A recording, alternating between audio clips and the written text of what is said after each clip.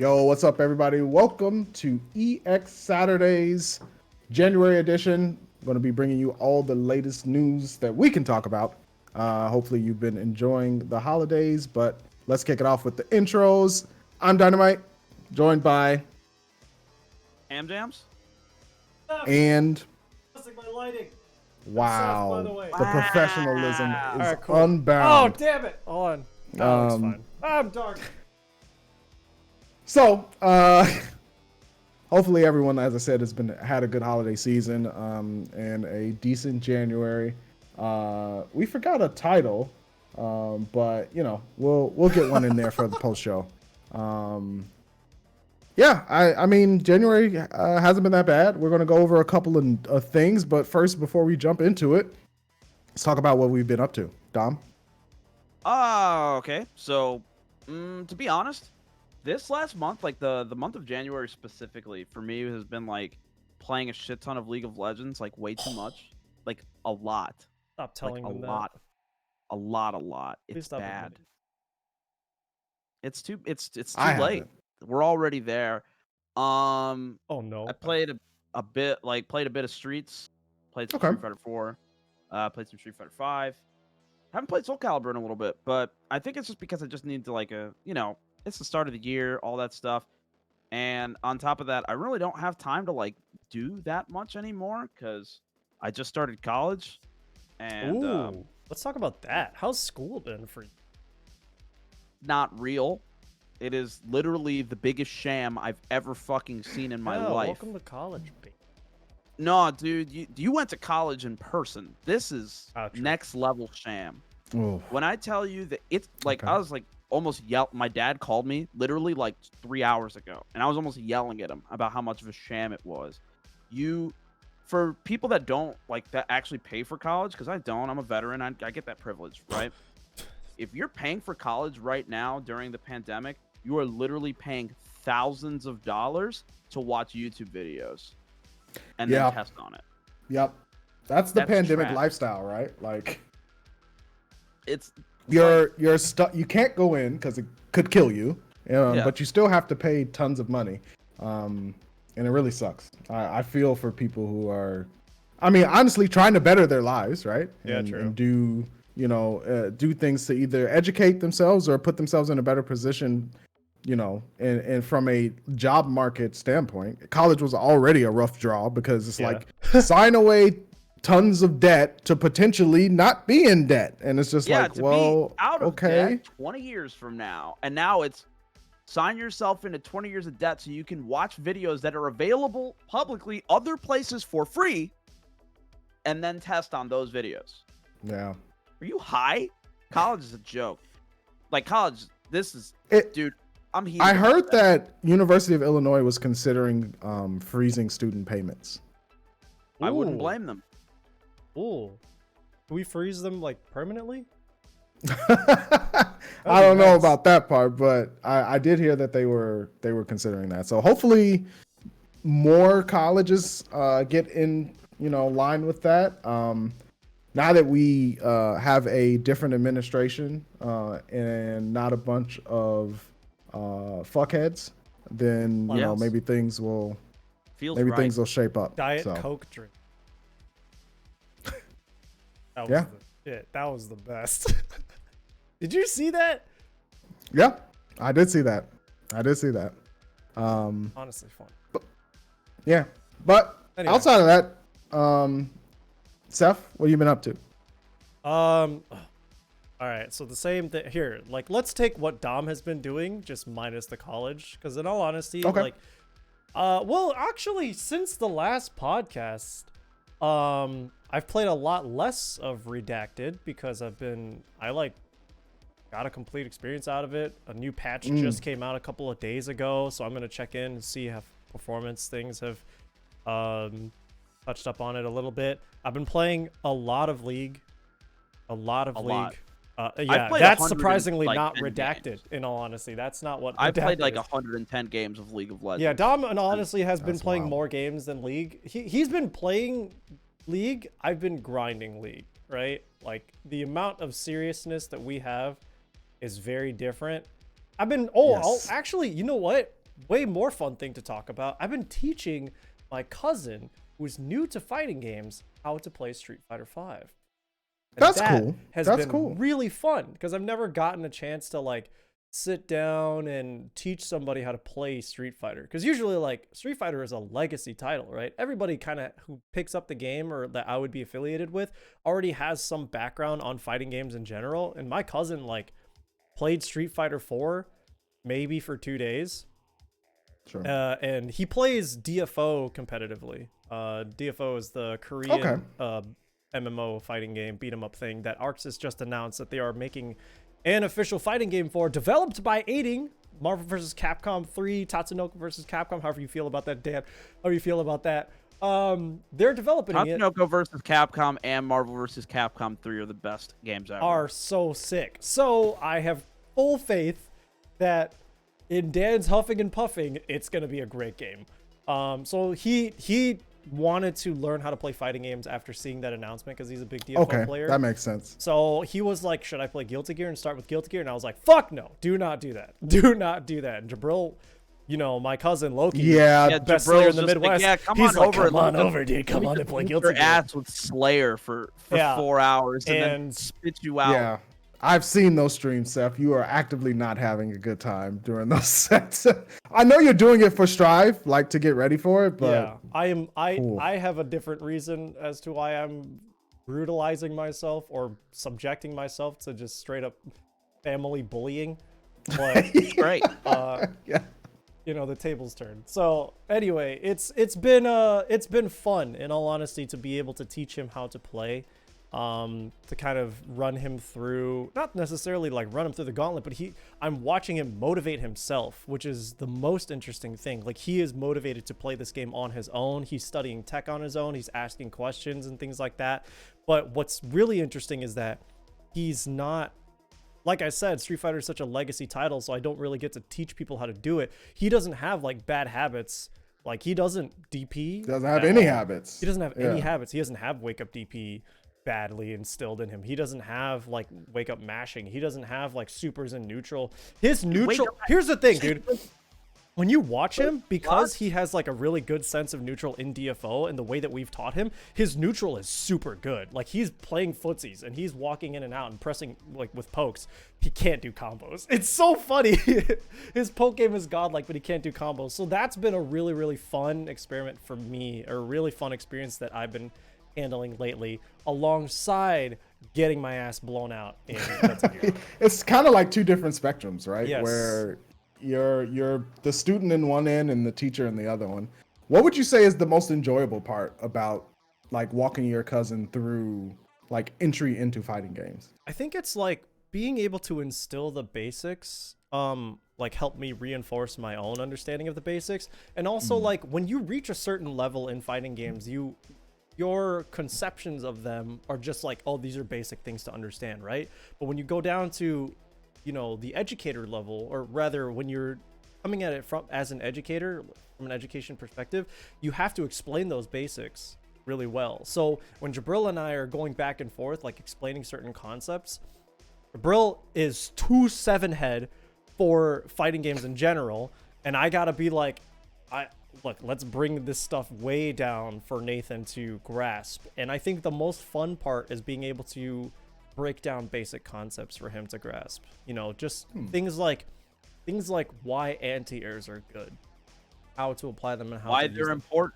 How waking up with buttons works. You know, just how it just works. And it's not things like inputs either. It's just applying those, like I said earlier, those fighting game habits. Talking about why some of them are good, or trying to instill some of them.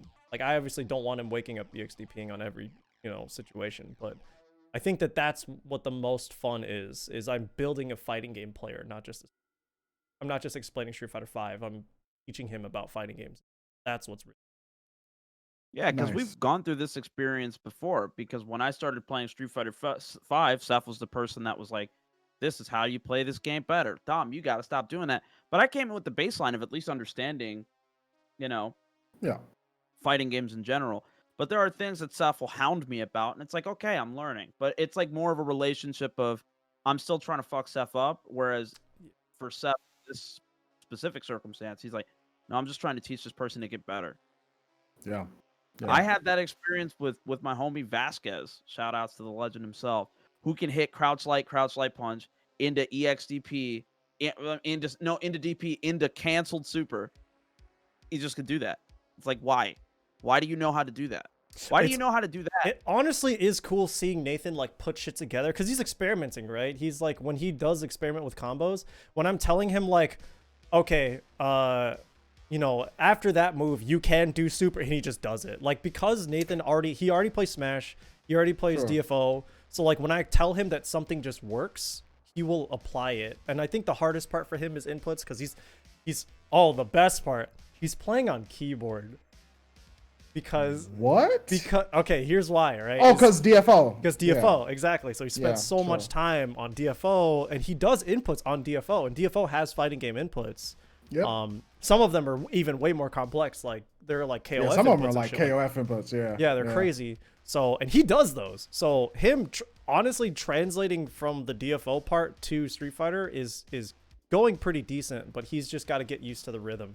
But like Vasquez can or just you can like get churn him out. one of these jokers. Okay, so like Vasquez can just turn out, that thing is paper thin. Oh my god, it's tiny. You have small hands, Dan, or is it just for portability's sake? Hey, don't ever insult my hands again, Seth. It was a genuine inquiry. I'm sorry for hurting your feelings. Now, you hurt my hands, not my feelings. Tiny? My hands are large enough to have their own emotional center. Large enough to beat my ass, so I'm gonna shut up. No, it's just actually really small. If for comparison, this is my Homeru hitbox right here. This is The chunk. there you go. For our audio listeners, if you were to look at the Homer hitbox, it's about as big as a Silver's back, right? And the tiny one is about as big as its brain. This is my Paradise Arcade's hitbox, which is also legendary. I love it. And this is the the hitbox that Dan is Micro. showing is about as big as the gorilla's brain. But So like each of those tiny, like those hitboxes, like the regular size hitbox that he built is the size of the average hitbox you'll see. Yeah. And then the one after that was like the size of just the button end, like X, circle, triangle, square. Yeah, it's that very half of it. compact. And then the last one is like even smaller than that.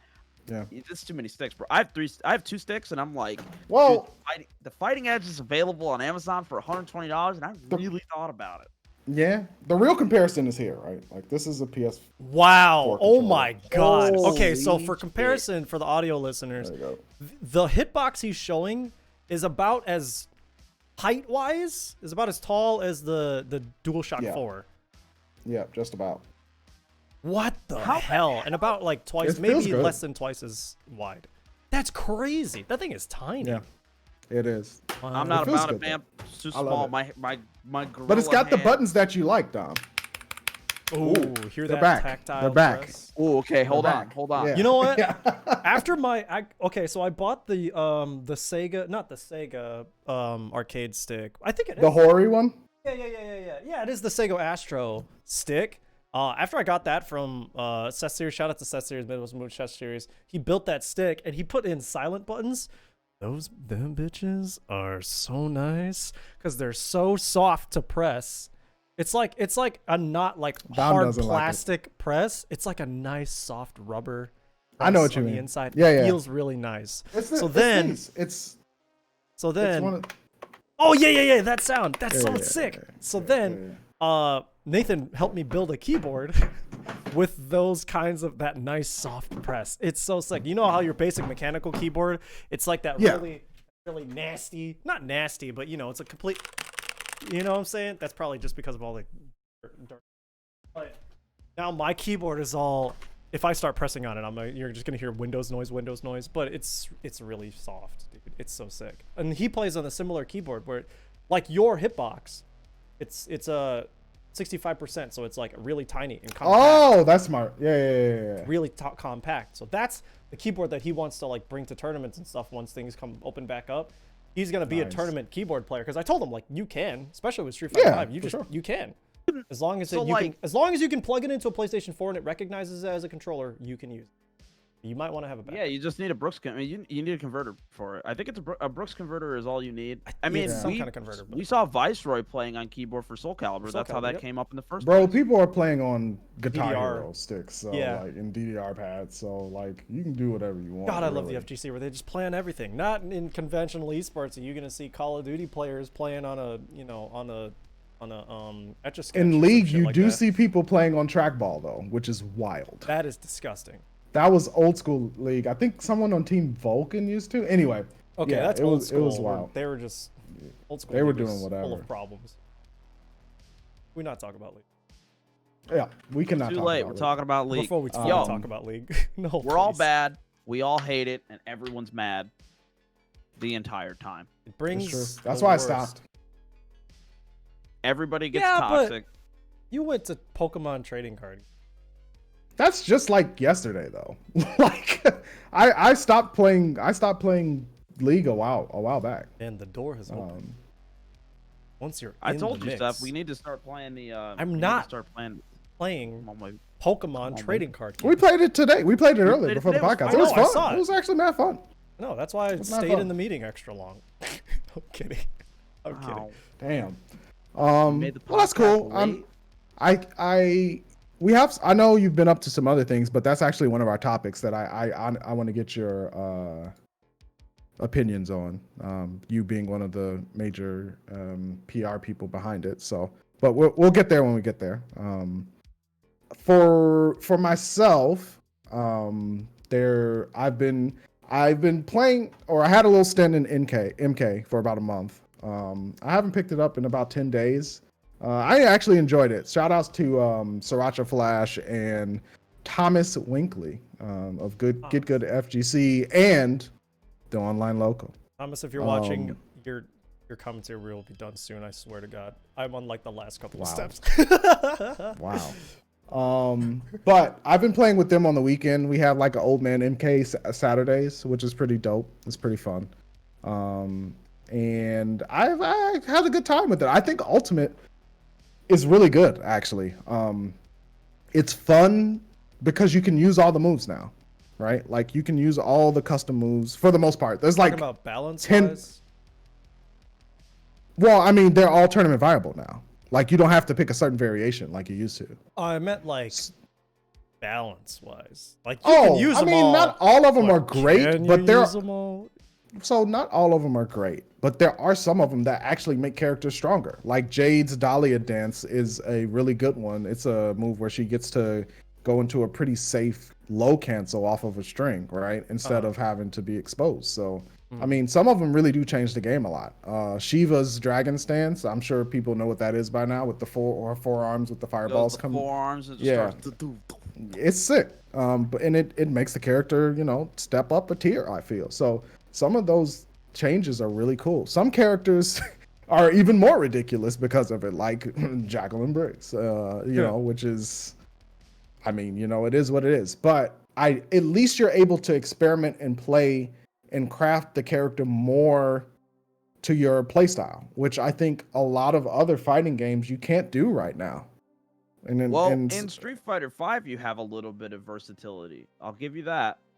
You have V skills, you've got V trigs, but the thing about that is because there's so few of them, certain characters have just garbage V skills. Akuma's V skill, nobody picks fucking V skill to Akuma, and if they do, But they do it's- meth in their fucking but free it's time. sick, Fuck off, But- Sal. But that's Shut what I mean though. Like MK11 Ultimate, like first of all, you can swap in multiple moves. It's not just like, do I do V skill 1 or V skill 2 or V trigger 1 or V trigger 2? It's like I can have up to 3 extra moves outside of my base moves, right? That I get just for picking the character that I can mix and match. And I think that's just really dope. I think that's really cool. I think that like of those but that's what I was saying is those are the only two games you really have where you get to, unless you play a team game, and if you play team games, if you play like Dragon Ball Fighters, obviously, well then, yeah. that's a whole different story. But when you're talking to, the conventional just one person on the screen, another person on the screen, those are the only two games that are going to give you those options. Yeah. So that's been dope. I've been obviously more chess. Ham's been ducking me. Stop ducking me. It's true. Like hard ducking me. Like Hard not ducking. even like just come on, bro. But I've been doing chess. I've completed about 400 puzzles now, which is really cool. And I can feel myself growing and seeing situations a lot better. So that's really fun. It's been a really fun, just kind of personal discovery process with chess. It's been amazing. So chess puzzles essentially are like, they put you in certain situations on the board, and then you figure out what like the optimal play is, or are, so to speak. All right. Oh, I see. And they're different themes, so it's been great. I've been really enjoying that. And a whole lot of Yakuza. That's all I'll say. I don't want to talk about it. I don't want anybody in chat to talk about it. But Dom knows I've been buzzsawing through Yakuza. So He's been playing Yakuza at a rate that I didn't know possible. Him and I had very different experiences. I played them upon release, and he played them all at once. You know how... He's like, oh, Yakuza 0 is pretty good. And then he's like, now I'm playing Yakuza 5. It's pretty solid Dan so far. is blasting through the... You know how uninteresting people blast through The Office? That's how fast Dan is blasting through Yakuza. Yo, can we talk about that for just a No! half a second? Can we just talk about that just for said just... we're was not that gonna a talk shot about... at the? Not Yakuza. So we've been trapped inside for a year, right? Yeah. At this point in time, if someone says that they've watched The Office often, they're a psychopath. They've had This so was many before chances. pandemic, though. They have so many chances pre-pandemic to binge it. If you're still binging The Office at this point, you have a deficiency in your brain. So here's something. Hold on. Hey, hold on. Okay, so I used to rewatch episodes of Archer, Futurama, and Brooklyn Nine-Nine all the time, because those are like my favorite sitcoms. I love those. 3 shows, Seth. But my point is, right? Sometimes for those uninteresting people, The Office is just enough. Now, I'm not saying that that's cool, because that's lame as shit. But unless it's the UK Office, but I'm saying that's their reasoning. Okay, that's why they do it. They just have nothing else to. It just doesn't feel watch. healthy. Like, actually, I think that, rewatch like, BoJack Horseman all the time too. My thing is that, like, as somebody who listens to like a lot of podcasts and stuff like that's what I do at work. That's what we're doing right now. Every once in a while, I'll re-listen to an old podcast from time to time, right? But I don't go time to only re-listen to the same podcast every day forever. Get some help. The Office is good. I liked it till the end. It's at the end. It's I not never good watched enough it because of those people. times. Grow a fucking personality. Get your shit together. Holy fuck. That's the Liking meme, though. tacos I think and dogs and The Office is not a personality. I think That's the just things meme people is like, yeah, grow a personality, stop watching The Office or something like that. I think it's just. I enjoyed The Office. I thought it was good. I thought it was good. For most of the seasons. But when you watched it, you didn't It was new. go back. Yeah, and it was new. Yeah. I mean, I don't There get are me other wrong. shows I'll that throw on some exist. Seinfeld when I'm doing dishes, but I'm not even. I don't rewatch the amount of times I've rewatched an Office episode, maybe thrice, maybe. Maybe. The thing is, like, rewatching but- shit like that, like, I feel like when it comes to sitcoms, it becomes background shit. Like, it's not like, oh my god, I'm gonna rewatch it. It's just so good, Like that's the normie shit. I don't rewatch BoJack because it's so good. Rewatch it because it's just like, damn, I'm sad right now and I need something relatable. Or I rewatch Brooklyn Well, it helps Nine-Nine. you. It gives you that cathartic experience, right? Yeah, exactly. Like, yeah. I know sometimes I rewatch Brooklyn Nine-Nine because I just straight up forget. Whatever. You know what you do? That's a sitcom. You know, I'm gonna draft up an alternative real quick that allows you to adapt a personality over time. Call your friends and family. They love you too. If you need to fill your time with something, don't base a relationship on people you've seen 1,000 times in the same situations. Maybe call Dan. Ask him how he's doing. Hey, I'm Dan. bored. Send Hey, Dan. Probably. If you're troubled, if issues, send Dan Don't a do that. DM. Twitter. I'll probably actually respond to it. Though, BLM 'cause that's just how I Dynamite am. with your woes. Send him at minimum 200 words. about I'm your gonna troubles. do like if you do it for me. You might not I like go the into my advice I Twitter give, but DMs and you go, I yo, do dude, respond. will give advice. I've got a problem.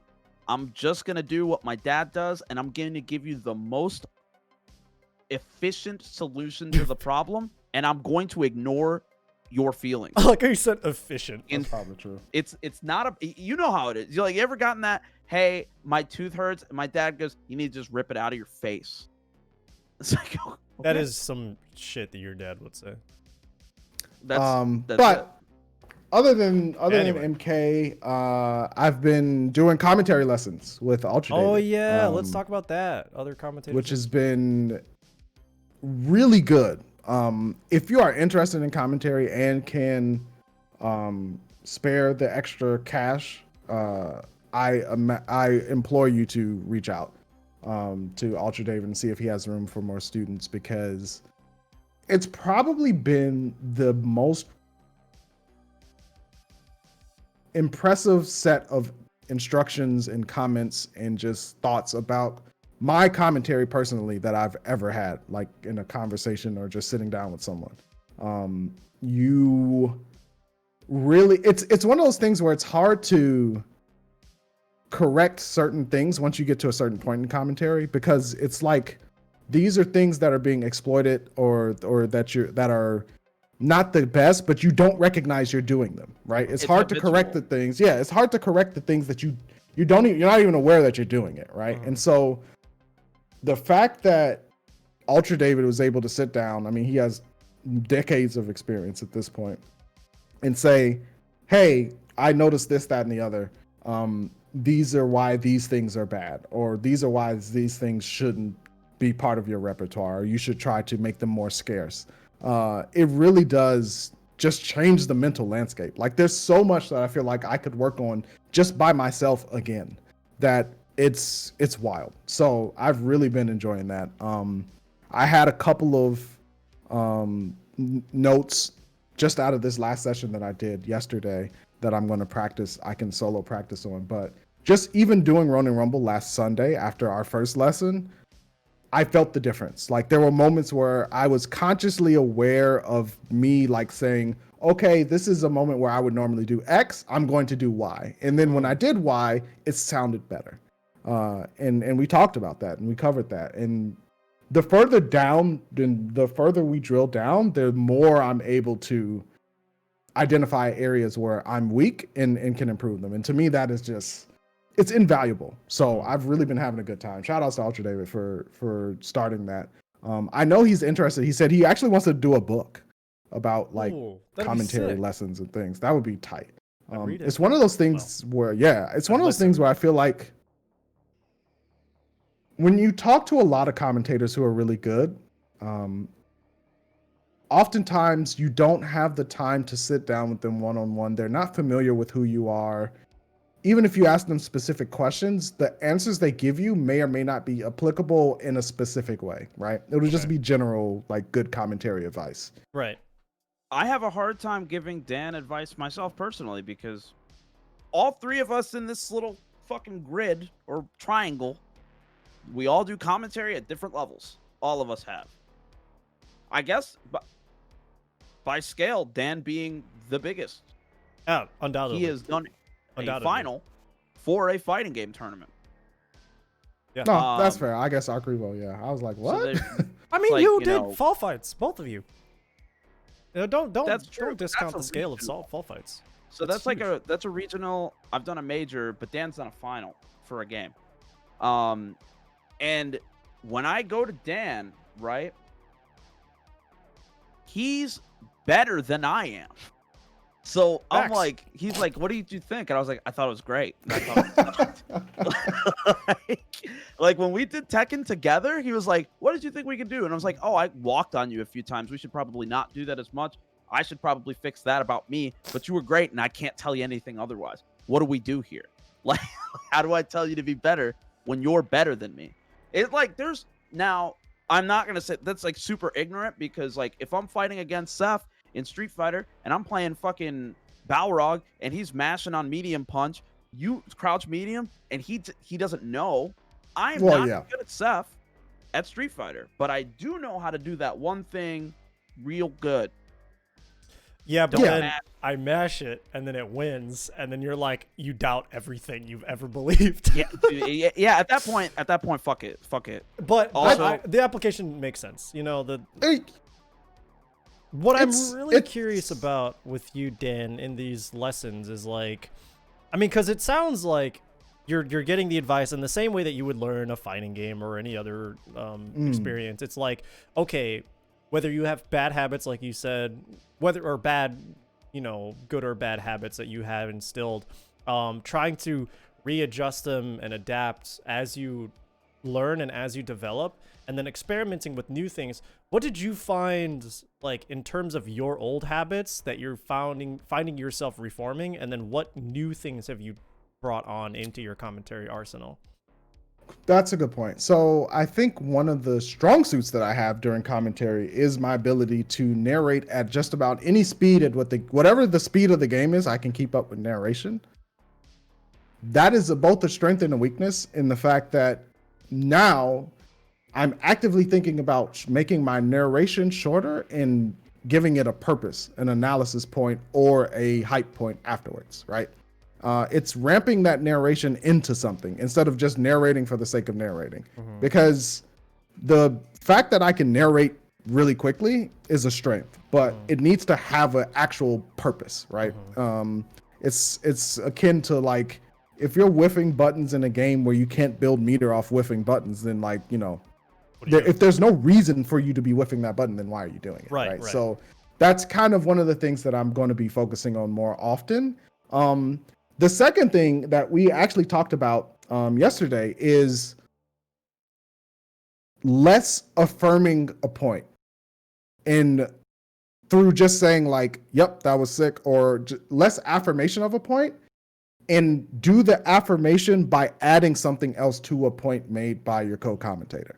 Because that's one of the things that I do a lot is I affirm. I mean, that's just how I am in normal conversation. It's true. If someone says like, yo, X, Y, and Z, I'll be like, yeah, X, Y, and Z. And then It's I'll just move like on to how the next point. when we're talking and I agree with Dan, I just say, sure. Is that something you learned? I feel like that's something that you taught me, where it's like when you hear something like, say somebody, oh yeah, like, not, oh no, I saw it in a video, because the whole nice burst thing, like you can say, yeah, it was a nice burst, or you can say, why was it a nice burst? You know, it's like affirmation, but adding the value, increasing the value of the information.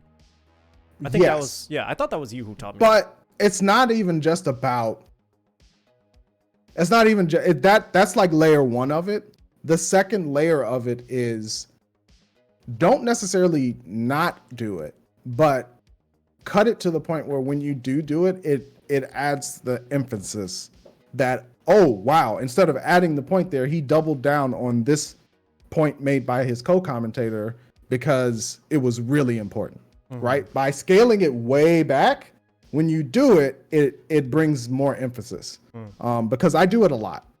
So yeah, it is that mix of, yeah, don't just say nice burst, or don't just back into the reason I don't say it's exactly like the nice burst thing is because nice burst in and of itself is like, that's one person talking. Right. That's about one person making a comment. This is more about someone saying X, Y, and Z. Oh, that air grab when they tried to escape was sick, right? And then coming back and saying, yeah, that was mad clean, right? Like, there's no need to say that. You can double down on it by saying something like, if one co-commentator was like, oh, and the air grab was mad sick, and then you come in and say, and you know their opponent's going to be thinking about it next time they try to escape. That is both an affirmation and adding to the set for the viewer. Yeah. That's the type of thing that changes it. So those are the things I'm going to be working on, because I finally feel like there's a road for me to get like super good. Which I just, honestly, I've been struggling with for a while, because I just feel like I'm not necessarily spinning my wheels, but the improvements have been very marginal, because it's just been me over and over again trying to find things. But when you have someone like Ultra David, who's, you know, obviously thinks about commentary a lot and has done a ton of it, he can immediately point things out and say, I noticed this and I noticed that. And it feels great. Like it feels feels bad because it's just like, ugh, but then it feels great because you're like, you can fix it. Yeah. You you and I or Seth or all of the Chicago peeps, right? You know, this is something that's very difficult for us to do because I'm gonna have to fucking see you later, right? If I think that you just did shit and I'm just like, this is how I feel, this is what happened. Ultra David doesn't have that. To you, he's relatively a stranger. Yeah, I mean he So is. he can just be like, that sucked, and you just have to hold that. Yeah, you're paying for it. It's like I'm paying. Yeah, Yeah, you are paying. So, yeah, you might not like that teacher, but you know what? You're learning something. You're paying for it. Unless you're going to online college at JJC. Seriously, fuck college. so we're gonna get into some of the updates around the FGC and just the things going on. I wanted to jump back into the topic that I kind of hinted at earlier with what I like to call rules and regulations and why they're important. If anyone has not been paying attention, that's in the FGC. About a week ago, there was the release of the fighting game community code of conduct that has been being worked on. Yeah, that has been being worked on since last summer. I mean, this has not been a short project. There have been some responses to it, and I just wanted to kind of get your thoughts on it, Seth, because you have been very heavily invested, and kudos to you first and foremost for actually giving a shit and trying to do something.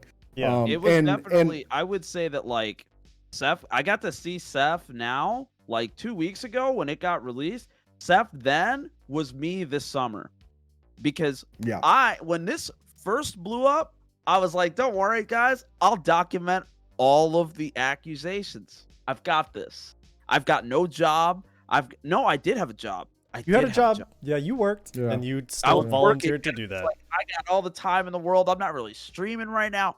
Fuck it. Then I had to go through like 137 fucking twit-longers, and it was the most depressing weeks of my life. And then it was pretty rough. We didn't even need to use that. Yeah, and ended up not getting used, but it's it was a nice documentation for like other people to look for, though. Look at. Yeah, I mean, I know that like TOs and stuff. Yeah, other TOs they looked at it. I saw that people looked at it, but it didn't get used. But after like that was draining as fuck. And Seth with the initial reception was just like beat to shit because Twitter exists. Hashtag FGC coup. My favorite hashtag ever. Yeah, that was run explicitly by the Soul Calibur community. That was wild because it was like a week after a real coup was attempted. So like that's are you any more fucking tone deaf, you dumb bitch? Yeah. Are you serious? What is going on? Now, I know that this is like real life current events, right? But just a reminder, the nation's capital was attacked. Yeah, in case by itself. Yeah, if you're not keen on FGC news, we had the FGCOC, but if you're not keen on national news, yes, the U.S. Capitol. There was a white supremacist coup. Yes. Attempt. That was some wild ass shit. Yo, you see, like I already mentioned this to Seth, I believe yesterday. But there was a woman with a "Don't Tread on Me" flag who was trampled to death by the very people that she was with. Like the amount of irony that happened. And then the next week you have this dumb motherfucker going, "Oh yeah, dude, this is a power grab." It's a power grab. Let me no longer being involved in that capacity. I don't have the restrictions of being the nice guy here. So you're a fucking idiot. And that was crazy because that power grab that people discuss often is the power that we had the whole time. Yeah, it to me, and I'd like to just get your general thoughts, Seth, because you're the one of the three of us that have been kind of the most entrenched in the development process of the COC. A good word for it, yeah. So what, like, coming into the point where it was being finalized and the release and the response, like what were kind of your thoughts and what were the motivations that you had for even doing this? Like, because it's not an easy thing to do and it's time consuming, for something that, I mean, we do on a professional level, in a lot of spaces, but also something we do for personal reasons. Well, to start, like, if we want to go chronologically, I guess the incentive is more or less like my involvement with the immediate scene, right? My involvement with the local scene, my involvement with like my reasoning for joining low kick was more or less to just be more hands-on with you know, running tournaments and creating good spaces and being a good example, shit like that, right? Being a good role model in the scene, shit like that, you know, trying to just be a good person out in the open, and spread that influence, spread that positive influence. You know, shout outs to the Jaime emote that he just got like today. Anyway, he or rather, all the accusations that came out last summer was obviously everybody was abhorred to see. It was a nightmare. It's a nightmare.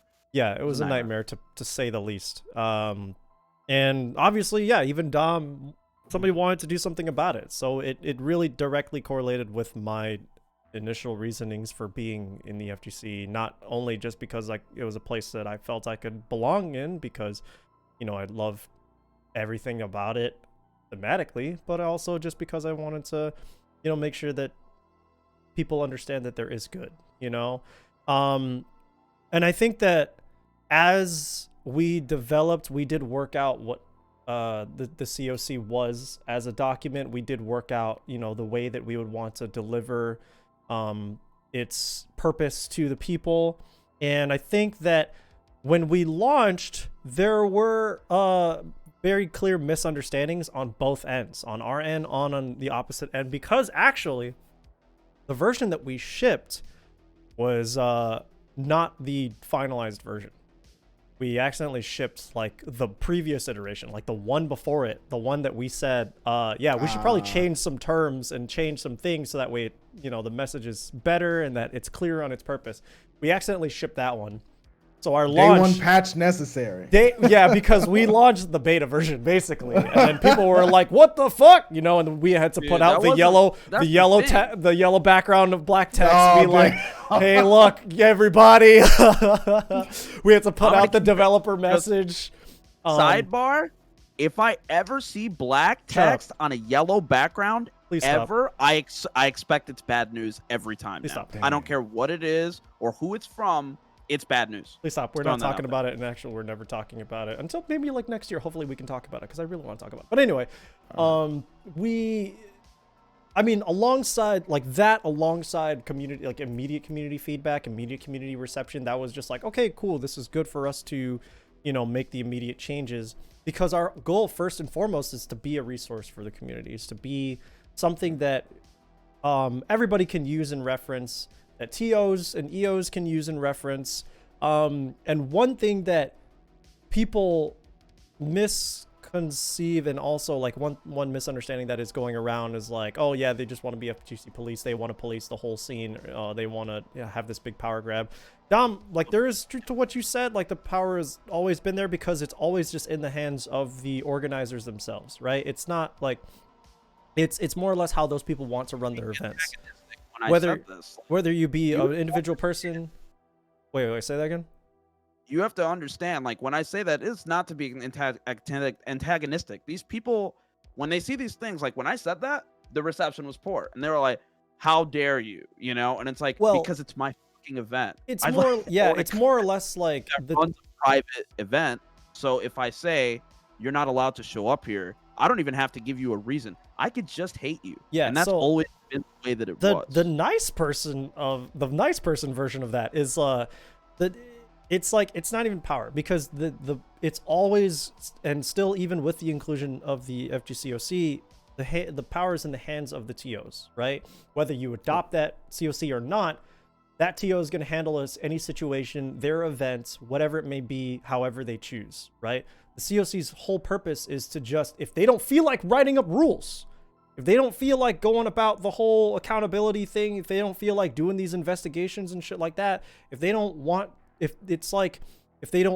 have that additional workload, that's what the COC is for. That's what the COC team is for. Like, we'll, you know, be not necessarily your security, but we'll follow up on any, you know, violations of these guidelines, so that way you don't have to. You know, we'll offer those as recommendations, and that's actually a term that we had initially in the initial version, but we didn't ship because that's why people were thought like, oh, they're just going to be police. They're just going to be all these, rules and punishments. Like these are only can ever be recommendations. Like we can't force anybody to do anything. We can't force these TOs to do anything. If they choose to abide by the COC, or rather if they choose to adopt the COC, we will offer that information to them as a recommendation. Now, obviously the initial message was chaotic.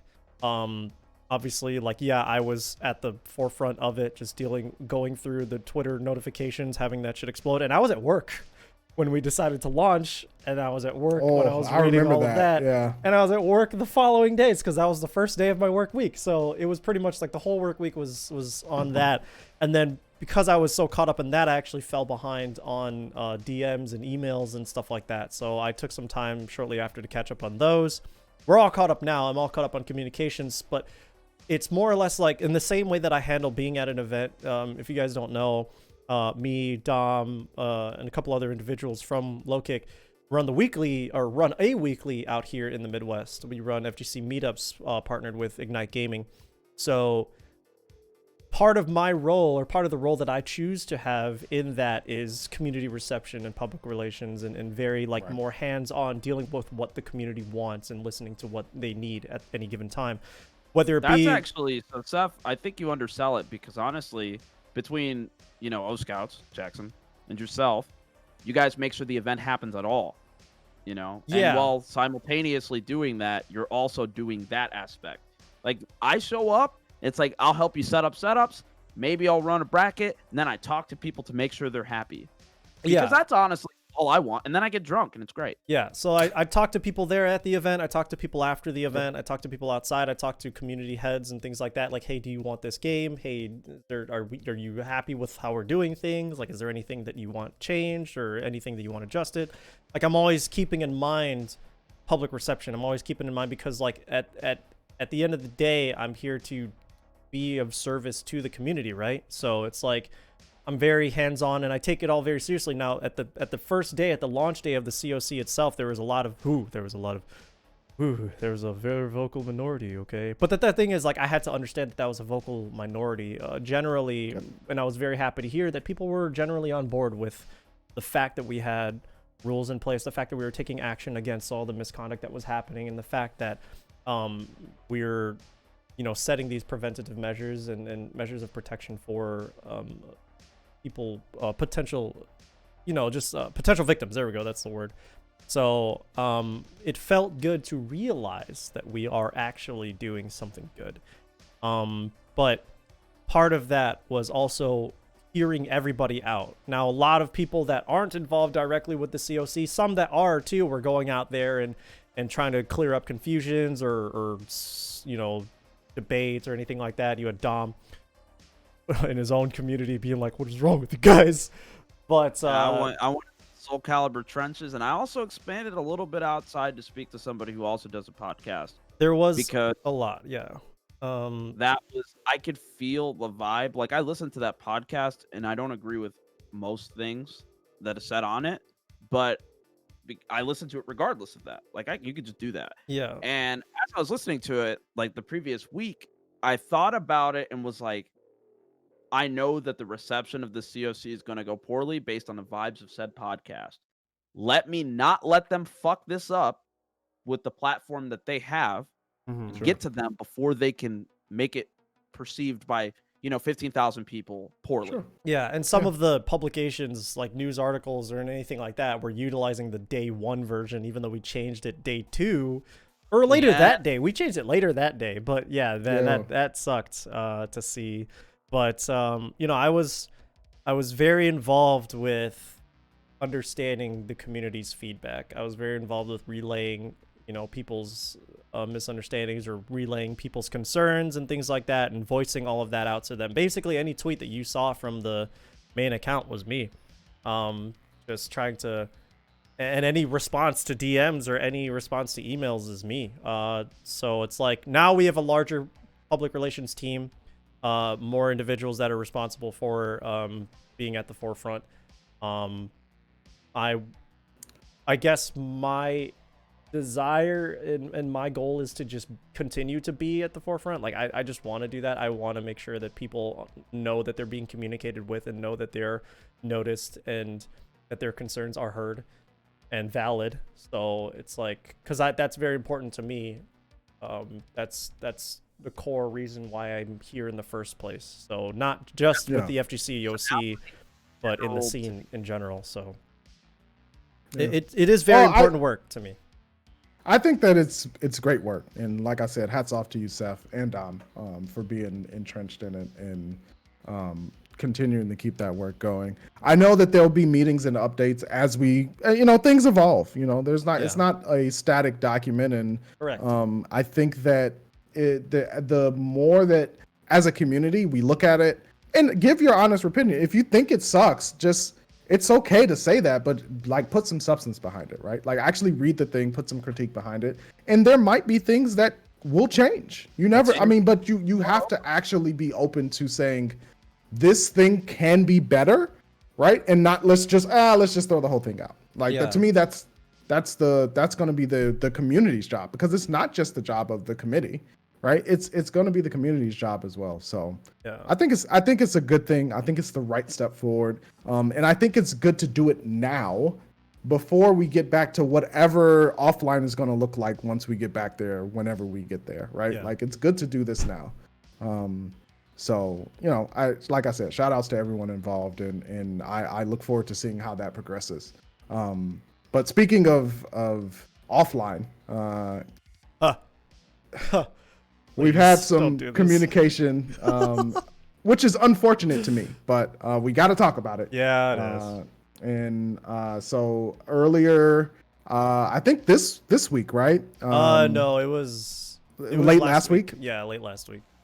Late last week, Capcom announced that they will be canceling their plans for offline CPT finals in the DR, Dominican Republic. I believe that was the place to be. And as everyone knows, my feelings on Street Fighter V.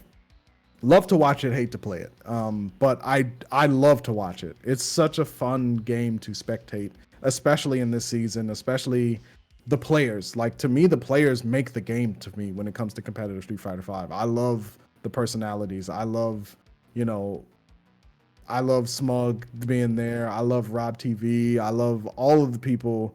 I like Punk talking shit to Gustavo. Like, I love that. It's entertaining. It's fun. Yeah. I'd like to point out that the majority of the things that you mentioned were all SFL. Yeah. On offline, but the SFL, to me, like, all that stuff bubbles over into CPT, right? Yeah, like, because good heat, because you're like, well, they're conditioned to what they're doing in a different competition. Yeah. So now they get to see each other in a place where it matters. Where it's real, like super real dollars, right? Like life-changing amount of money. That's fucking some money, right? Yeah. But if you win Capcom Cup, or you get a good seed in Capcom Cup because you smoked Punk and got a lot of points, you're making some life-changing cash. So position. I mean, dude, even unfortunate, you get something. Yeah, unfortunate, but I think given the climate, probably the right call, right? Like, it's a tough one. It's a tough one to do, but I think that at the end of the day, it's honestly the right call to be made. And I don't know what's gonna come of this season of CPT, but I think that this was a call that had to be made. I agree that I mean, I know we were all skeptical at first. I mean, they did stress the importance of like safety precautions and the measures that were going to be taken beforehand, ensuring everybody's safety. But at the end of the day, like this, we are prepared for a year 2 of online fighting games, which is later in the things that we'll talk about today. But we're still very much handling COVID, and I don't think that, and Capcom understood that it's just not time to have this kind of gathering quite yet. It is a really difficult decision to make. Thankfully, they did have something in place to back it up. They're just going to have like an online final, I want to say. So they did have something that they have planned. I didn't know if they had. Okay. Yeah, so they're gonna produce like a online season final, for February, because they still want to ensure that those players, like those points, they don't just sit on them, right? Like the tour is still very much active. There's still stuff happening. Dude, so Smug it's qualified by winning a tournament online, which, from what I've observed over the last year, he does not like doing. No, Yeah. he doesn't. nope, most players don't. Like, but Played in LPC recently. He's played in a couple. I mean, you kind of have to now, knowing that Yeah, this but it's like tournament's at going this to point, be. if you want to compete, you have to play online. right. Like, you can't just not. What are you stupid? I'm curious though, what the format of this is going to I be, know, right? it's a very interesting. I mean, they'll figure it out. We'll hear about it pretty soon. It is slated for next month, a month from now, basically less than a month from now. So Yeah. we'll see how it all forms. We'll see I soon. hope it's really good, dude. I was watching Capcom Cup 2019. Yeah, 2019, 2020. 2020 February. Capcom 2020 was. I was watching Capcom Cup from last year. Wait. Watching Smug. No, beat December Bob. 2019. Yeah, it was Yeah. December. Damn, that's really upsetting. God damn, dude. It's rough. Oh my god, man. Been over a year since Frosty. Yeah. Yeah. Speaking of which, We'll get there. We'll get there. We got a couple more things to get through, but on the back of CPT being moved to an online format, the update's coming at the end of February, which when they announced that they were moving it, it felt like forever, but now it's less than a month away, right? Yeah. So like, Yeah, they did say they're just, winter 2020. So I mean, technically it's not wrong. Yeah. So, I'm I'm curious to see that. Same. A lot of people's concern is like, it takes a long time to develop a character. And we know that based on the season 3 lineup, because most of the season 3 characters were they felt underdeveloped. Let's just say that. Animation wise, moveset wise, Sure. balance wise, it felt like a lot of the season 3 characters were lacking on launch. Cody's animations are still kind of, you know what I'm saying? So, but I think that the amount of work that they're putting into this one, and also with development of future projects and things like that, I'm curious to see not only if they are able to maintain the release schedule that they have, but if they'll even finish it, Because like Rose is slated, like it's gonna go Dan, then Rose, I think. Dan. Then Oro. No, I thought it was Dan Oro Rose. Okay, Dan, Oro, Rose, which means, yeah, Rose, they said, was slated for summer. And I wonder how far they're going to continue having to push it, because, like, this COVID stuff is probably going to be still very much happening in 2021, right? So, Yeah. if...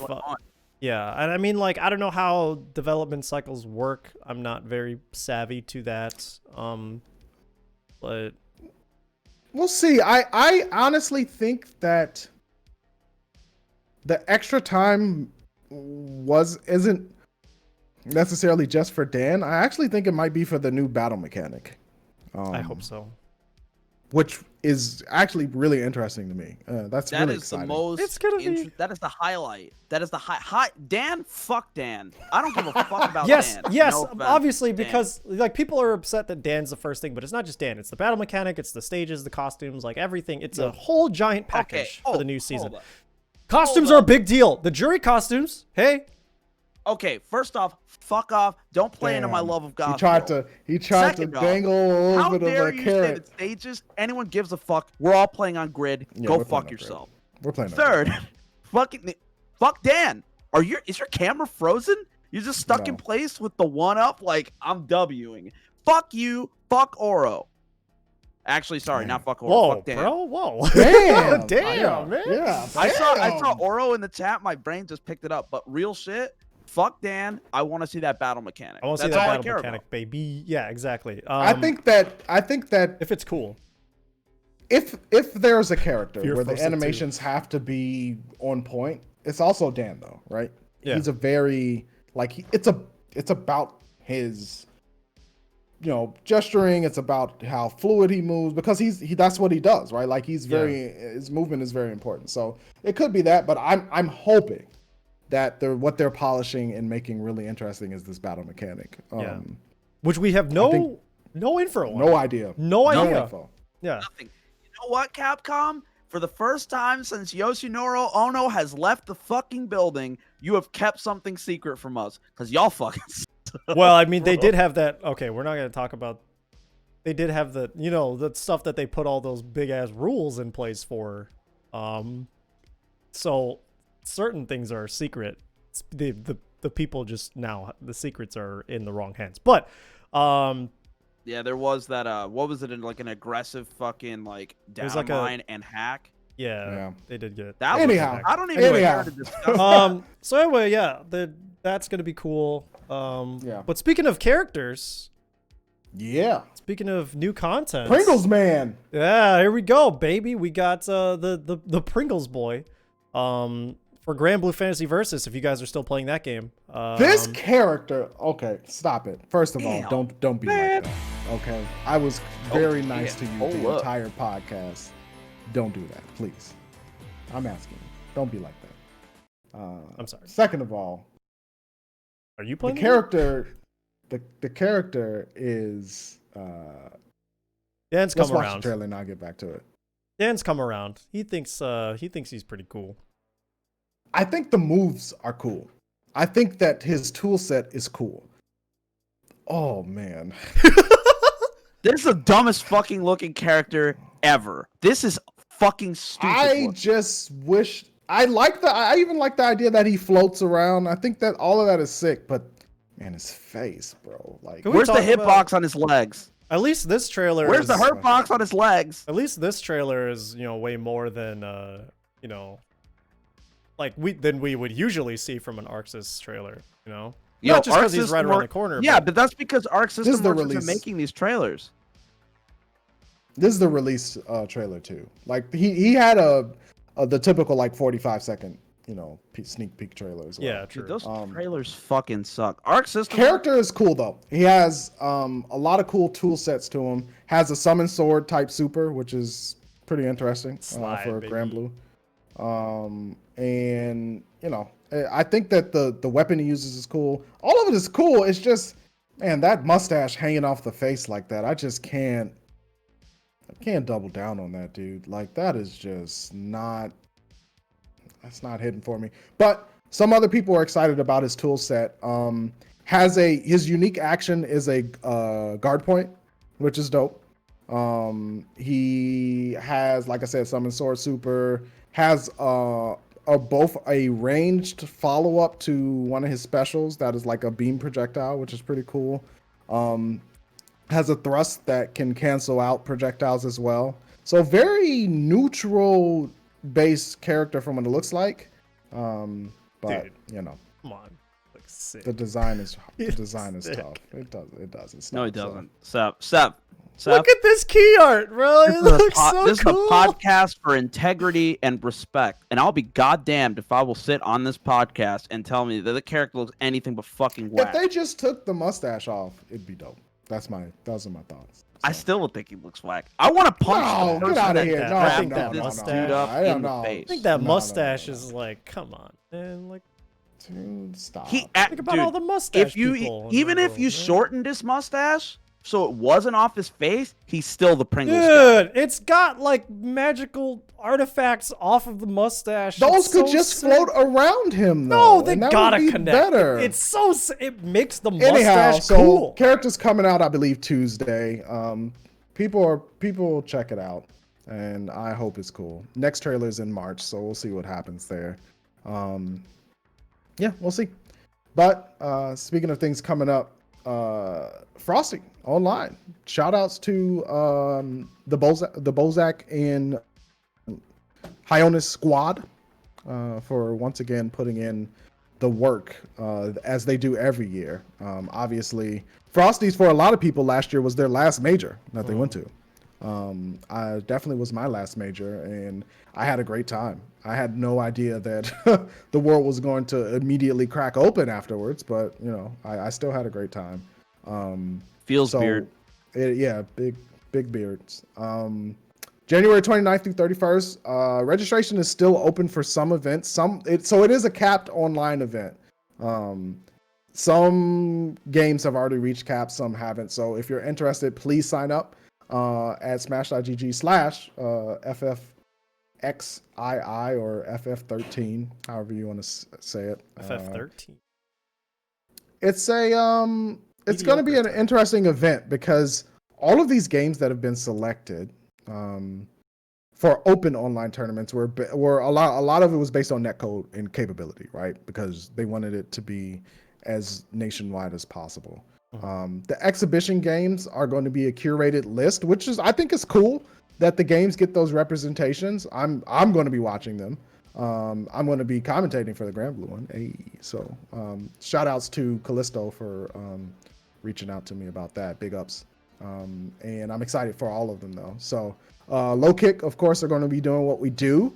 We'll be handling the Uni exhibition as well as Tekken 7 and Power Rangers.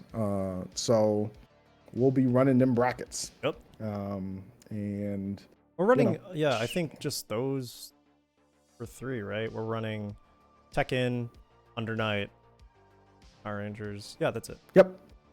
Damn, I really want to. Battle for the Grid has over 100 people in it. Yeah, so like I'm excited. That's great. Well, it is a league. Yeah. It is a league. Shout outs to Inway for sponsoring that. And Hitbox too. And the Hitbox company. They put in some cash. And honestly, I'm gonna tune in. I haven't seen any of Scorpina, but I'm curious to see where the game is. I heard she's good. That's all I've heard. I heard she's good. I heard she's difficult. Yeah. But also good. Well, the game is. But it's a weird mix, that game. Like, it is. Because the input timing, like to confirm on hits is wide, right? But like it's still it's weird. It's different, but I feel like the time to confirm off of hits is longer. The hit stun is longer, but then like the technical part of it, despite the inputs being quote unquote simple, is massive. Like there are certain timings and certain heights that have to be done very in a very tight window, where the hit stun I feel like is forever. Like if you see like Mastodon's combo, like I was trying to learn Mastodon's combo, just the B&B one, not even the TOD one. Right. Shout outs to Seth for immediately shitting on me once I was excited about learning the B&B. It's not the TOD, so you know.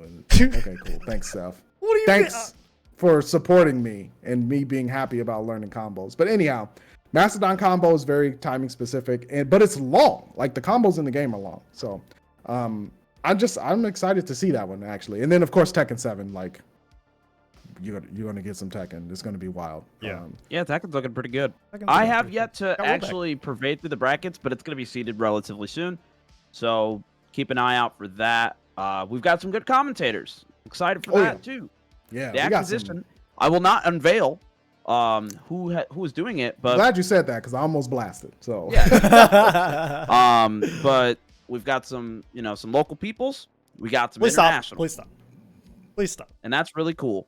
And I'm very happy with that because there was a point in time when I was like, damn, I wonder how people pick commentators for fighting game tournaments. Yep. That was 2 years ago. Yeah.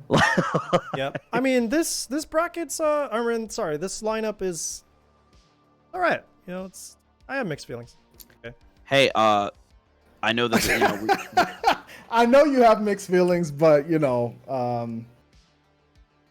it's gonna be cool. Blaze Blue cross tag battle it's and gonna Soul Calibur it's and gonna be cool to see Street Fighter Bozak 5 win plus R once again in his own tournament. Shout outs to Elvin Shadow, by the way, for like terrorizing the plus R scene. Every time I see a pot bonus of like $100 or more, I'm like, well, there's going to be a tweet later tonight. He played in Casa before it was up there. He just fucking did it. There's going to be a tweet later tonight with Bozak saying, yo, I did it again. GG's. Shout outs to X person's Y character. Like, bro, he's been on a tear. We have a running joke in our low kick chat of just Jesse Pinkman. He can't keep getting away with this. He can't. We have like notifications turned on for Elvin Shadow's tweets because every tweet is just like a hey GG's to the shitter in second place. Noah had to do it to him. Every time. You did good. You almost got me. You almost got me, but then I 6-0'd you in the reverse sweep in winners. GG's, I guess. Like Every it's single wild, time, dude. Oh my god. Oh, I love it. It's great. I'm so happy that the plus R scene is really just doing so well. Yeah. So big ups to that. They're I'm all curious. very positive about it. Oh yeah, some more than others about that plus R part, but you know, for the most part, it's been cool. Yeah. I'm interested. I'm actually interested to see this one because, to me, not that, like so. Lunar Phase and NYC Furby have their own kind of like team tournament thing that they're building out, which I'm excited to see the end of in different regions. But this is to me going to be like, this is, I mean, it's Frosty's, right? So Guilty Gear is going to be huge. Absolutely. And I'm excited to see how that shakes out. Plus, I enjoy watching Plus R and I enjoy playing it. I'm pretty much a lab recluse in it at the moment though, because you know, there was that big moment where the community was tested and passed, but it's still barely made it through. And some of those people might have been in certain locations on January 6th. But we'll move on and say that Frosty's gonna be sick. Remember how? And I'm looking forward to it. Remember how last year's Frosty they debuted Faust for Stride. Yeah, it was Faust. At the Yeah, event. that was sick. That was so sick. nice. I felt so good for Elvin Shadow there. Yeah. The fact that they That was also where they had the huge. Imagine how it feels to create a tournament, name it after your favorite character, be so good at the goddamn character that everyone loves you for that character, and then the company that makes that character goes, we're going to let you be the first people to see it because you love this guy. That shit's sick. You know what? Fuck it. We're making a new fucking fighting game tournament, and it's going to be called the King of Kings, and it's going to be, when Tekken 8 comes out, they're going to unveil King, and it's going to be sick. Namco Bandai is going to be like specifically just like, man. We're We're just gonna make a new character, and there's gonna be like a Tiger Jackson for King. Tiger Jackson. I think that Tiger. Anyhow, yeah, I'm excited to see how these games. I mean, the list of games is ridiculous, and when you look at it, and there's something here that everybody wants to watch. Yeah, so, can I mention how like they've got Alpha 2? Which is so cool. My next favorite Street Fighter. Fun fact. It's so sick. Oh, dude. I didn't know that. It was my first video game. It was like that and Resident Evil 1 were my first ever video games. Extremely old. So yeah. We're the same age. How did Alpha 2? Like my first video game was Super Mario Brothers for the Nintendo Entertainment System. So and you remember that game came out in like 96? 2? 90. Oh no, that way was earlier. Alpha 1. Yeah. It was earlier, but like one of my I don't remember when Alpha 2 came out, but one of my earliest, but the PlayStation 1 was out by the time I was starting to remember shit. Oh, okay, sure. so one of my earliest memories is going to my dad's PlayStation while he wasn't looking, putting in, taking. Well, no, I turned it on, played Alpha 2, and then I took Alpha 2 out and put Resident Evil in, and then played that, and then my dad woke up and beat my ass. But no kidding. But yeah, I loved Alpha 2 when I was growing up. That was like, you know, I love watching it to this day. You know, even though playing it is a whole other story. I mean, like, do you really actually want to play it custom now? combos? No. Yeah, But watching somebody get custom comboed and die. Yeah, it's like, what if everybody had Grenadian? Like, oh no! And then they made Third Strike, and they're just like, we can't do that again. Give it to one guy. Yeah, give it to just one person. Just one guy. But Chun-Li's okay. That's fine. She's fine. Just standing heavy. Yeah. Punch every. Anyhow, I'm excited for Frosty. I'm so happy that Elvin Shadow and Hyonis reached out to us as Low Kick again to help out, because it's an honor, you know. It really is an honor to be considered to do something as big as Frosty. So big It ups is not to an expectation. it's not. I mean, like, they could very well be like, no, we don't have room, or we have somebody else scheduled, and that's a possibility. Yeah. Thank you. Yep. But anyway. So hey, speaking of Hyonis, before we move on, he DM'd us, not us, but a specific chat, and said, if you go on GameStop.com right now, they're selling Razor Panteras for $120. Son of a is that cheap? I don't know. I only play Hitbox now, so I don't know. That's $30 cheaper than it usually is. Oh, not bad. When you said GameStop.com, I was gonna say PlayStation 5 because Eat shit. Shut you know up. I ain't getting Bitch. one. Dom You know wouldn't- how- First of all, Dom wouldn't say that. He just keep it a Like, secret. I would slide just it in. silently Just- mouse over to it and buy it, just like I silently refused to go into work as I was on this podcast. Would you silently slide that info my way? Because you know how badly I'm trying to get a PlayStation 5 right now, man. Okay, it was obviously like, oh, I'll just get one for Strive, and then the I know, GameStop resident sleeper for sure. But you know how badly I wanted one just for Strive, and then for being able to play all that shit. Square Enix, from what we understand, is going to be porting or re-releasing Final Fantasy VII Remake for the PlayStation 5. They're going to be announcing that soon, from what we understand, which is going to be sick. Is it a digital upgrade? I think it is going to be a digital upgrade, but they are also going to have like a, something else. Shout outs to FF7R, by the way. Fantastic game. Game of the year last year, baby. That undoubtedly, It in was my really opinion. good. I But enjoyed it. also, Really glad you said because in your opinion. I don't know if you guys... Shut up, bitch. Part I don't two. know. Yeah, I don't know if you guys paid attention to yesterday, or was it yesterday? No, the day before yesterday, the Resident Evil 8 reveal trailer was so Big lady. it was so sick, dude. It was so cool. I'm really happy with like new systems that are They're in there. so Sorry to sidetrack, but big. I just want to talk about it. It's so cool.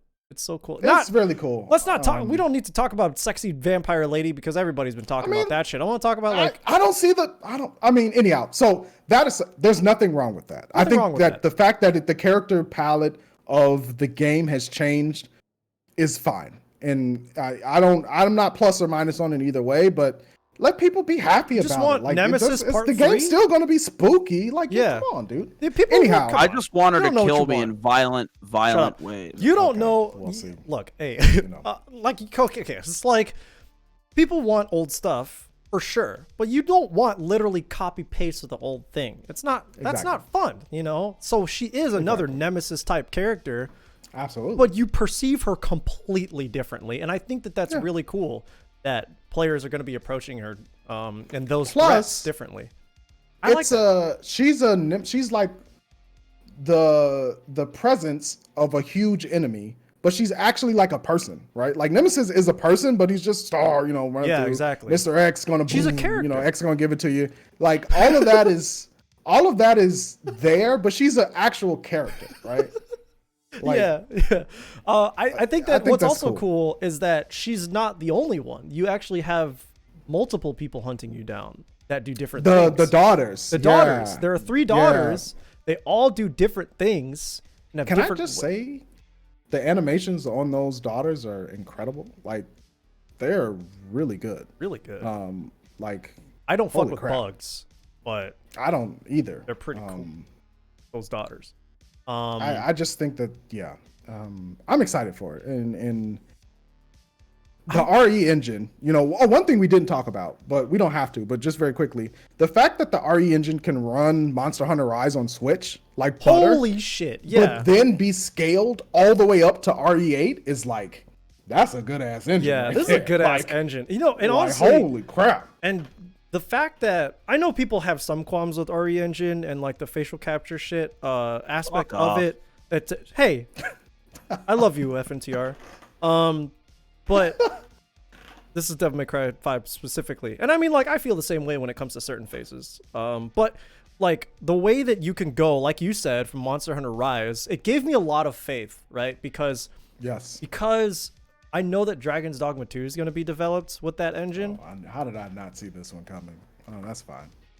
So I Hey, was can really. we just Man, I don't mean to interrupt, but before we get into discussing anything related to RE Engine, I'd like to remind you that the name of the RE Engine is the Reach for the Moon engine. Reach for the Moon. Yes. That It is the not... dumbest shit I've ever What? heard. Anyhow, Fuck you, dude. look- That's so sick. What are you talking No, about? point dude, is, why would you call we it can- the RE Engine, make the first game on it Resident Evil, and then not call it the Resident Because Evil? it doesn't just apply to It's Resident not Evil. just Resident It's Evil. got a zombie hand reaching for the moon! It's not necessarily a zombie hand. That's only for the... Anyhow, we can talk more about it next month's podcast, but we're going to wrap up with some discussion about year 2 of online fighting games. What are we looking forward to, and what do we hope doesn't happen again as far as the online fighting game space? I will Gold start. 4, League of Legends. I will start. Please stop, Doc. I will has start nothing to do now. with it. I will start. I am starting. What I'm hoping for is that Strive's netcode is fantastic and it's a great game. That is what I'm hoping for. Look, I know. That's my biggest want right now. Amen. We all do. So, But with Street Fighter V and Tekken 7 being the examples of independently made rollback, I only hope that Strive learns from those examples and is made yeah, better. I hope so. We will see. I mean, the proof is very much in the pudding, and so we will see. April 6th, I believe, is when it first drops, and then the 9th is when 9th is- online. Yeah, the final and the online stuff, which, come on, we're all getting the April 6th version. But also, there is a of beta course. coming out beforehand. There's going to be another beta, from what we understand. That's what they said. That is what they so, said. We'll see. I just want the game to be good. Like, I really, for professional and personal reasons, want the game to be good. Because, you know, as anybody who isn't aware, I mean, my Twitter thing is Survive for Strive, right? Like, I'm definitely wants to be involved in it from a both player and on the mic perspective. So we'll see what happens. But that's my hope. What I don't want to see come back is last summer, in the sense of it was hard. Seeing the community be the way that the shape that it was in. I hope that by the time we get to June again, we're able to say, and people are able to say, I feel that the FGC is a safer place. We did what you asked. We made the rules so that you could stop saying there are no rules. Now it's up to you to follow them and be held accountable to them should that happen. Yeah. We'll also remember And that... that's not to say that I don't want people to come out if things have happened. That's not what I'm saying. I'm saying I don't want to see it to be at the scale. Is my hope is that what we're doing now is making people feel like they're going to be in a better space when it comes to the FGC. That is my hope. That's what I'm saying when I say I don't want to see last summer come back. Is that I hope that the strides that we've been making, is going to make some significant difference. Did you just bars yourself? Nope. Kind of did. He hit the finger point. Yeah. That's all. Nope. Don't know what you're talking about. All right. All right, but Seth, on to you. What is the one thing that you hope emerges or you want to see from year 2 of online fighting games, and what is the one thing you don't want to see come back? Well, the first thing I want to say is to bounce off of what you did say was exactly about last summer, exactly about people's feelings about their safety in the FGC being a part of this community and their trust and confidence in this community. One thing that came out from last year was everybody understood how fragile we are, not just because now we're strictly online based, but also because, you know, like you can really easily, like people who do shit like that can really easily shatter the perspective, the integrity, and the faith of this community, you know? So trying to eliminate as much of that as possible and reestablish people's faith that there is good in the community, that they can compete and enter events and attend events safely. That's what we want. We want people to overall just have a good time, just to know that we're all we're all family and friends here, and we will treat each other accordingly. As such, we'll treat With each other with respect. respect. God damn it, Yeah. with some goddamn decency, basic decency. Yeah, you can look at those rules and be like, "Yo, these are common sense." Yeah. So let those That was the motherfuckers point. understand Is- to have some common sense. Yes, exactly. Yeah. Have some. You know, that's wild because there's definitely some stuff in there that are like people are like, oh, why is that even a thing? It's like you haven't been doing this the whole time.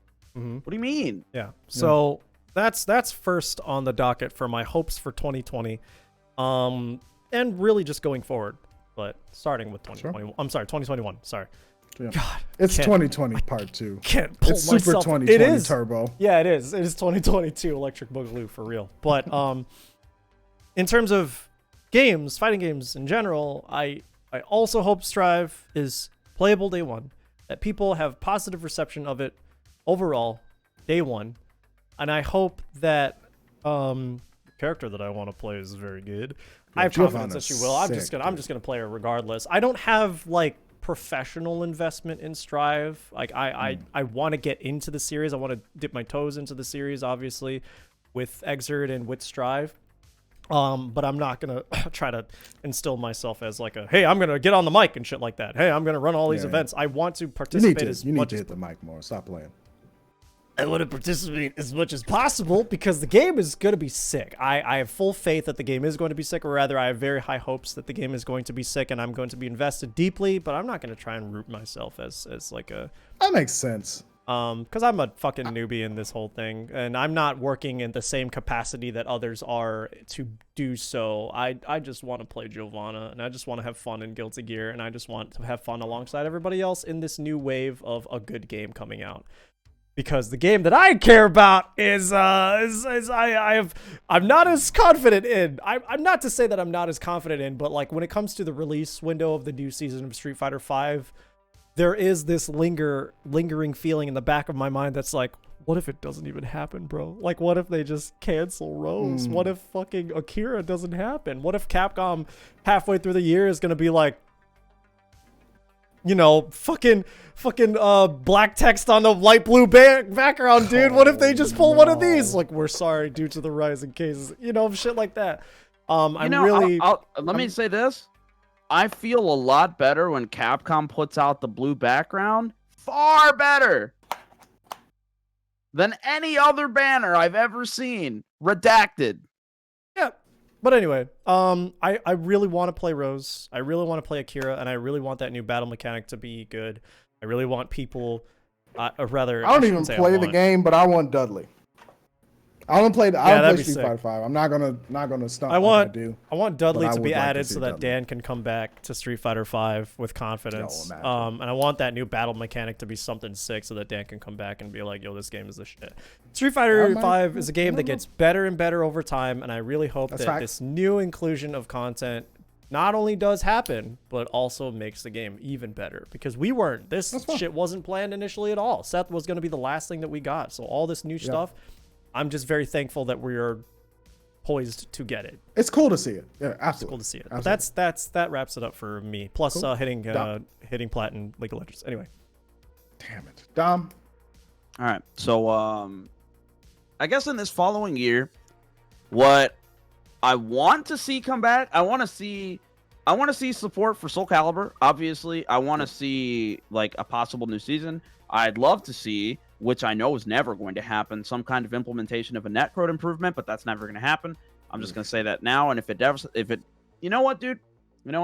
Anybody that's listening to this podcast live, fucking chirp up right now. If you're in the chat, I will give you $10 if in the next year they announce a netcode improvement. All right, I want my $10. You know what? I don't want my $10. I want my chess matches. I will give you 5 chess matches at any time, no matter when, for specifically Dan. Seth? Yo, 24/7 championship belt chess match is going to be 4 a.m. I'm like, Dom's probably actually up at 4 a.m. So here we go. Yeah, I'll definitely be up at that time. Seth, what do you want from me if they, if they actually announce netcode improvements that are significant? I want you to do a full review of Final Fantasy VII Remake after you. I could just do that anyway. Yeah, but that's what I want. I've got the podcast mic. Yeah, but you asked the question. Okay. Oh, look at this asshole yeah. flexing. Oh, I got the podcast mic. So do I, bitch. Big shout out to Dan. But so do I. Fuck off. Yeah, big shout outs to Dan. Big shout outs to me, bro. Damn, I've been exposed. But yeah, straight up, if there's some kind of netcode improvements, if they put or I'll take one or the other, either for Samurai Showdown or Soul Calibur. Ooh. And Samurai I'd like what? to point out, by the way, that specifically Samurai Showdown is releasing an 120 fucking frames per cares. second Nobody enhanced fucking cares. edition for the Xbox One, Nobody but they cares. still didn't improve that fucking netcode. Go fuck yourself, SNK, you garbage fucking company run by you fucking garbage fucking Whoa, people. Whoa, all right. All right, let's Just- back it up a little bit. I never back up. You know this. That's And unfortunately what I true. don't want to see come back, I guess this isn't necessarily FGC related, but yeah, if I ever see anybody step into office in the administration of the president of the United States of Oh. such low quality ever again, Yeah. I will rip someone's face off their body and then Huh? feed it to them. Huh? But we don't have to worry about that for like 4 years, so. That's Yeah, not- but we will have to worry about it eventually. I'm putting that idea in your Sure, mind absolutely. now. I'm putting it there now, because if we get complacent like we did last time, we could very well experience EX racism yet again. I mean, EX races. it's gonna be. I mean, anyhow, yes. Let's not do that again. And that's really the gist of it. Also, it'd be really cool to run an event offline. That ain't happening. That, In hey, the in, year that would 2021. we'll see that in 4 years. Yeah, facts. Adam. I hate it here. Anyhow, what we will see sooner than that is next month we'll be back at it with EX Saturdays in February. Stay tuned for the date. But Yo, for Black now, History Month. yo, that's sick. gonna be sick. Just in I time can't to wait know- to title that one Yeah, just in time to know what the new battle mechanic is. for sure. And it's anyhow, I'm not gonna make that joke. You What I said- will say is thanks everyone for tuning in. If you're listening to it on the apps, Spotify or Apple Music, big ups and thank you to that. We actually had, I think, 100 downloads recently for EX Saturday. So Thank shout outs you. to everyone who's been doing that. That we greatly appreciate it. This is definitely a labor of love for us, and we enjoy it. But I'm glad to see that other people are enjoying it too. But until then, please be safe, wear a goddamn mask, and No. be kind to one another. No, wear a I've been- fucking mask. Okay, well, that's fine too. I've been Dynamite. I'm still Ham Jams. And I'm Seth. Wear your goddamn fucking masks. And I'll see you next Mitchell. time. Mitchell. Yeah, Catch you whatever. next time, guys. Peace and love. Doxing me, bro. What the fuck?